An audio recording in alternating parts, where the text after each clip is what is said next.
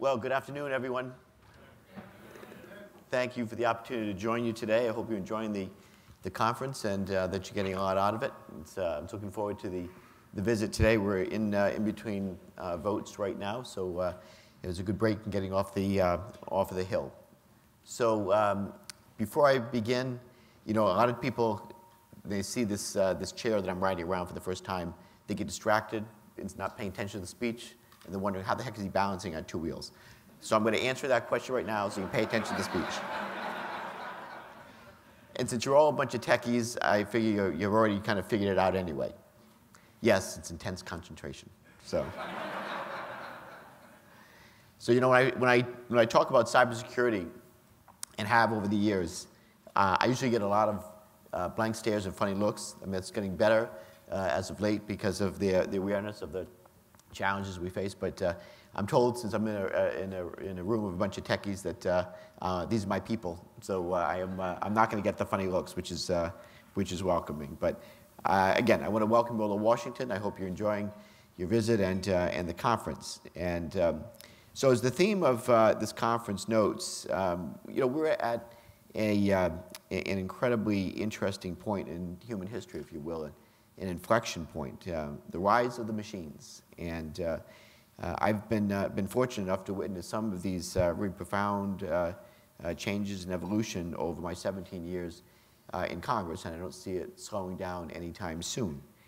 So when I originally took over as the chair of the Emerging Threats and Capabilities Subcommittee on the newly created Homeland Security Committee, I thought that I was going to basically be spending most of my time on things like bioterrorism and the threat from WMD, looking at the threats from chemical, biological, radiological, and nuclear threats to the country. And we did spend a fair amount of time on those topics. However, I quickly discovered that a different threat, a cyber threat, could pose at least as great a challenge to our national security.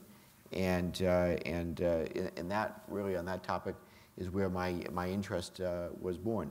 So over the last decade, I have to say we've made an incredible amount of progress in understanding what cybersecurity means and in raising general awareness of the issue.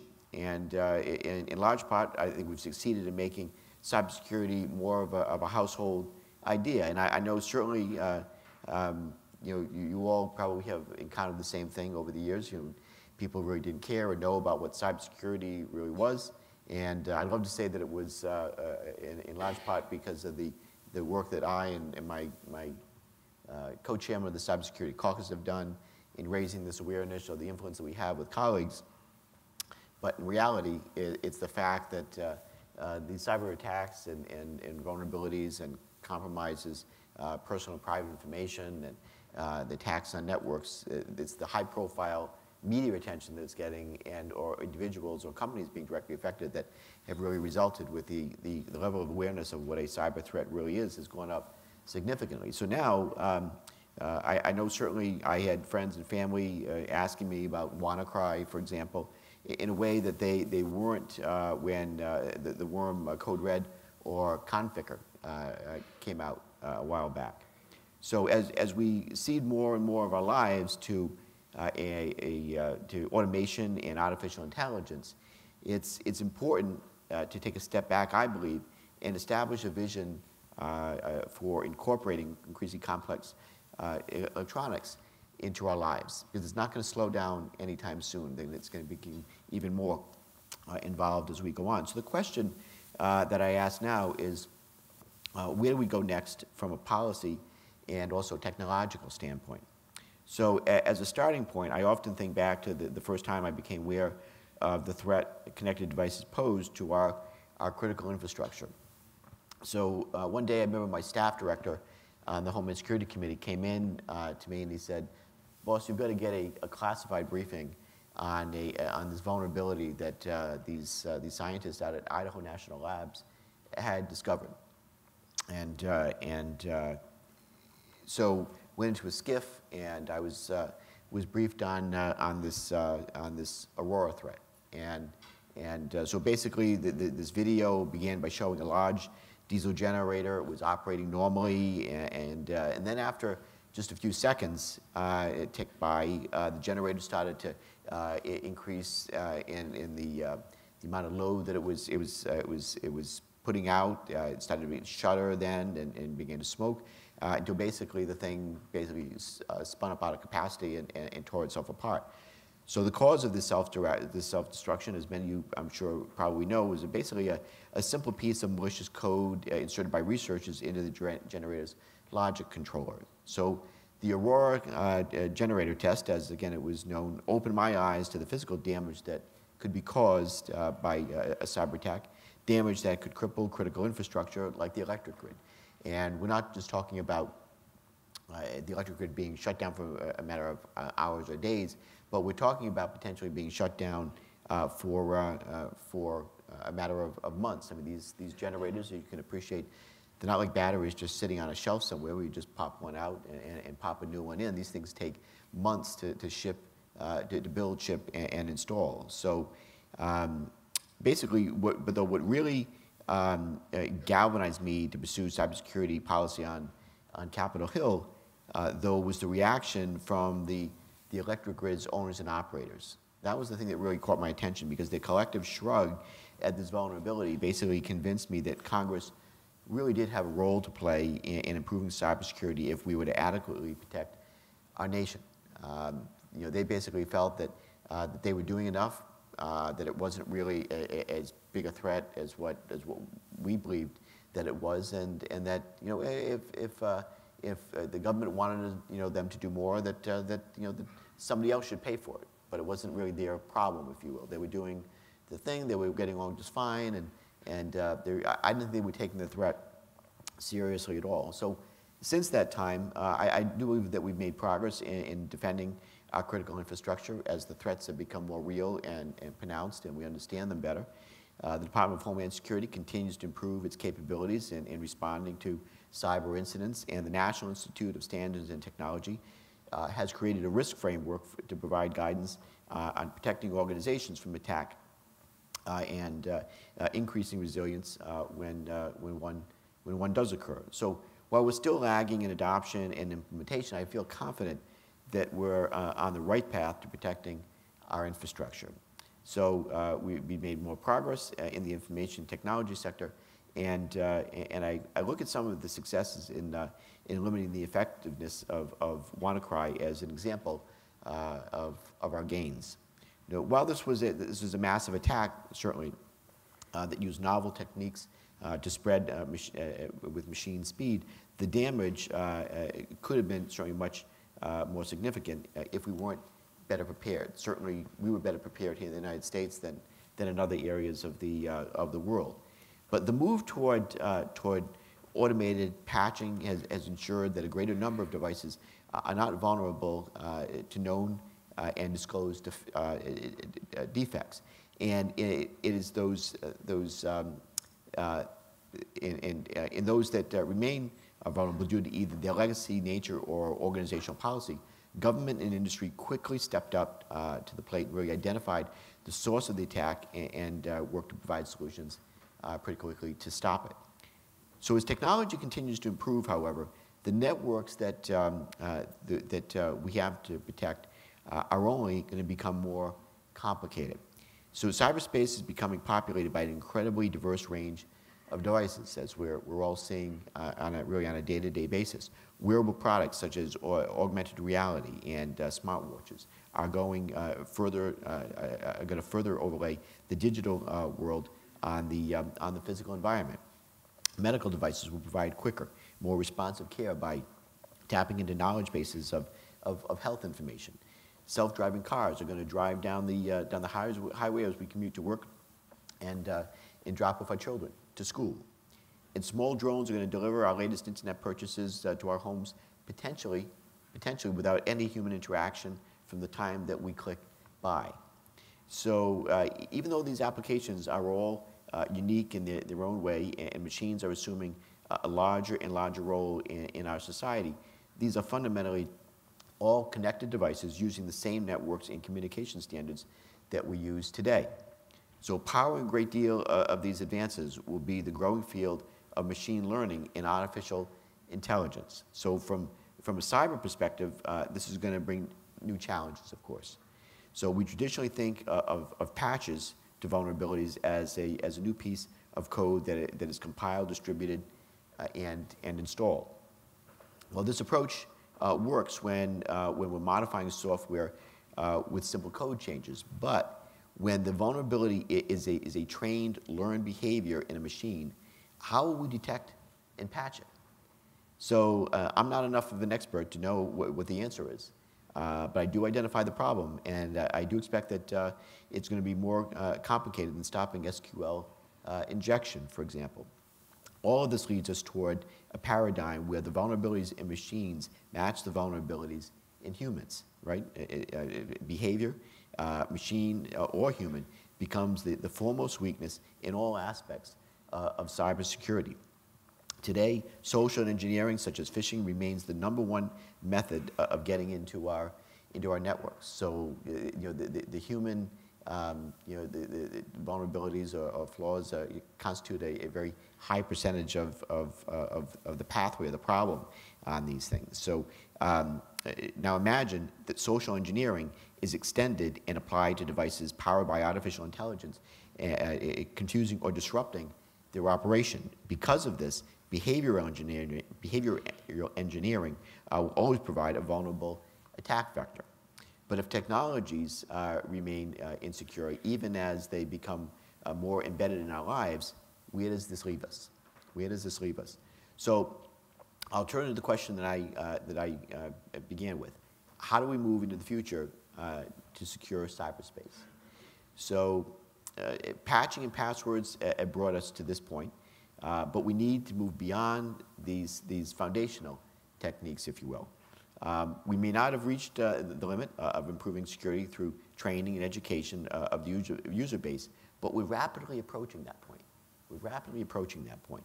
Humans and machines are both inherently flawed. The best that we can expect from each of them is a continuous learning process. So as such, I believe that we have to construct our cybersecurity policy for diverse networks and assume vulnerabilities in each piece of technology. In essence,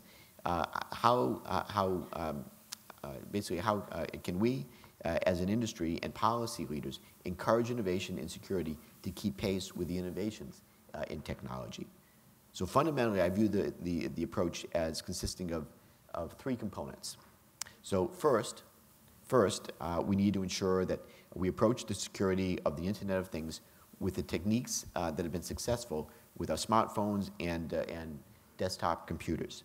So the policies of automatic patching, authentication, and encryption that have worked in those domains need to be extended to all devices that are connected to the Internet.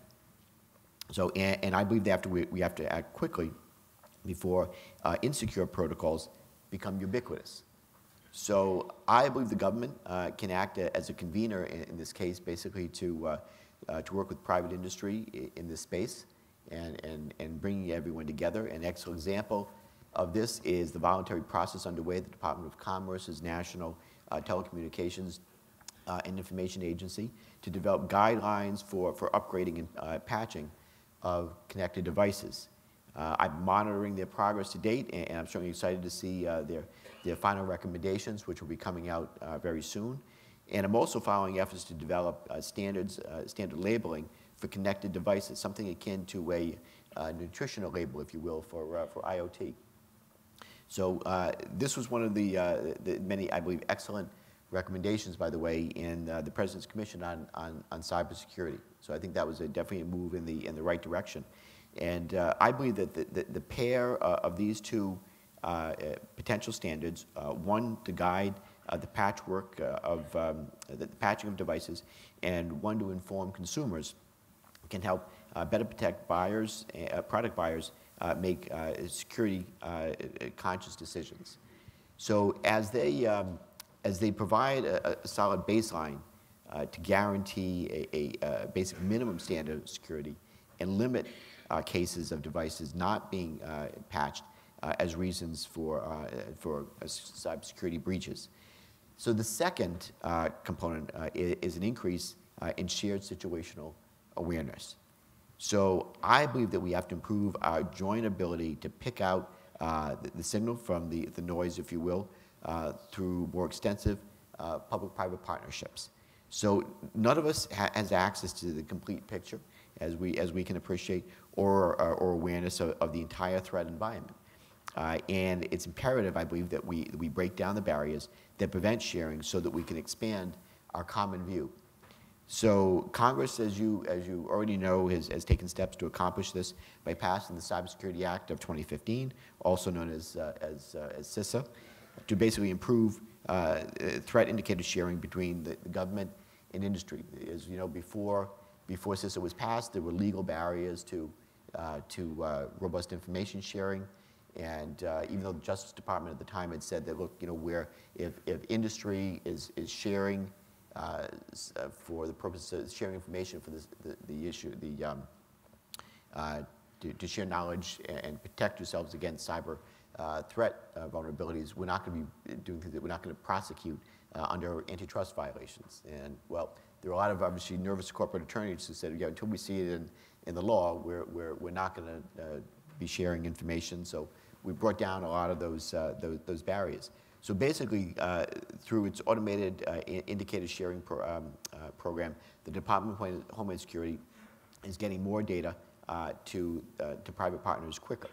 And we're also hoping that the CISA will engender more public-private sharing, where industry contributes their own information, so that we can build a more complete picture of the threat environment to better aid us all. So sometimes when I speak about private industry contributing, the first thoughts, though, that come to mind are commercial security companies. However, I think that the true value is the potential contribution from the broad range of industries that make up our entire economy. So, if you look at the Fortune 500 companies out there, the first cybersecurity company itself doesn't appear till 80% of the way through the list. The 400 companies that are before it cover a broad array of industries, and they have basically a unique view of the threat. So if we can collect, aggregate, and also disseminate intelligence from these types of companies, I believe that we can more quickly act and respond to cyber attacks that are going to protect all of us. So, third, in addition to detecting and protecting against threats, private industry and government, I believe, have to respond appropriately, though, when an attack does occur. So the first step in any response will lie, though, with industry. The attack occurs on your network, and you have the greatest familiarity with your systems. In CISA, Congress also explicitly provided authorization for operation of defense measures, which authorize private industry to take actions within your own network to defend yourselves. So I believe that this can include active defense measures such as honeypots and other measures to confuse or disrupt an adversary. But I don't believe that industry really at this point has fully taken advantage of this authorization, and so I'm certainly looking forward to seeing new technology developments in this area as we move forward. Beyond your own network, so the government has the responsibility and will continue to have the responsibility, though, to enforce the laws broken by criminals and to respond to attacks by state actors. So there's been discussion, as I'm sure many of you have heard, about authorizing things like hackback in a limited form. And I want you to know that in this case, I'm very firmly against that approach. And I say this because authorizing such a measure, I believe, would be akin to legalizing vigilante justice and could swiftly lead to escalation or unintended collateral damage. If you think about any number of these attacks, and particularly maybe the Sony one that took that we believe that North Korea is responsible for, hacking back in that case could very well lead to an escalation that would have gone even beyond the cyber domain and could have resulted in kinetic attacks or actions after that. So it's a very dangerous thing. It may feel good to do some hacking back, but I'm really worried about when you get to the level of hacking back against nation states that have also tools beyond just a digital response that they could use digital response to cause kinetic effects, or that they could also use kinetic weapons to in fact respond. So we've got to think that through really quickly. Instead, I believe for criminal actions, we need to continue to respond appropriately with investigations and indictments. And when foreign criminals do step beyond their protected borders, the international police community has been already effective in arresting individuals and extraditing them to face trial for their crimes. So these steps restrict the freedom of criminals and force them to remain in limited safe havens while utilizing established law enforcement mechanisms. For actions by state actors, though, in this case, I believe we have to move, we must move beyond discussions of confidence-building measures and begin to effectuate norms. In other words, I believe that we need to stop saying how a responsible country should behave and start behaving that way, and also holding countries more accountable. I believe the U.S. In the last several years is taking some positive steps in that regard. And just by way of example, when the Obama administration imposed sanctions on North Korea in response to the Sony hack, it made clear that destructive state-sponsored attacks on commercial interests would not be tolerated. Perhaps the greatest success of the Obama administration in the cyber domain was the agreement that negotiated between President Obama and that he negotiated with President Xi of China to stop state-sponsored economic espionage using cyber intrusions. President Obama further built on these measures by reacting to Russian interference in the 2016 election with the ejection of Russian diplomats and the closing of diplomatic residences. Each of these steps has clearly contributed to what we as a nation view as acceptable actions in cyberspace, and made it clear that we're ready to act when countries violate certain norms. So I believe we now need other nations to do the same, and if more countries respond in this manner to state-sponsored hacking, and we establish the norms more broadly, then these norms, I believe, will be formalized and reinforced. It's not a perfect solution, but I think it's a better path forward in establishing some rules of the road. So with a policy framework established in these three areas, that's building security into new devices, detecting and sharing knowledge of attacks across public and private organizations, and continuing to build appropriate responses to attacks, I believe that we can continue to advance the security of cyberspace in spite of the increasing complexity that we face today as a nation. I also see public and private cooperation as the path toward the strongest solutions. It's ultimately going to be that public-private partnership that we need as a country to move us to a better place. Pure technological solutions will never achieve impenetrable security. It's just not possible. Purist policy solutions can never keep up with the advancing pace of technology. Because of this, I hope that you're going to continue to bring your questions, your answers, and your ideas to Congress, and guide how we craft and implement our policies going forward. The continued expansion of machines in our lives presents incredible challenges to the future of cyberspace. I know that we can look upon this rise with dread, or we can use this as an opportunity to guarantee a free, robust, and open global commons. And with your help, I know that we're going to find a bright path forward and vision for the future. And I thank you for the work that in advance that you're going to do. Thank you all very much.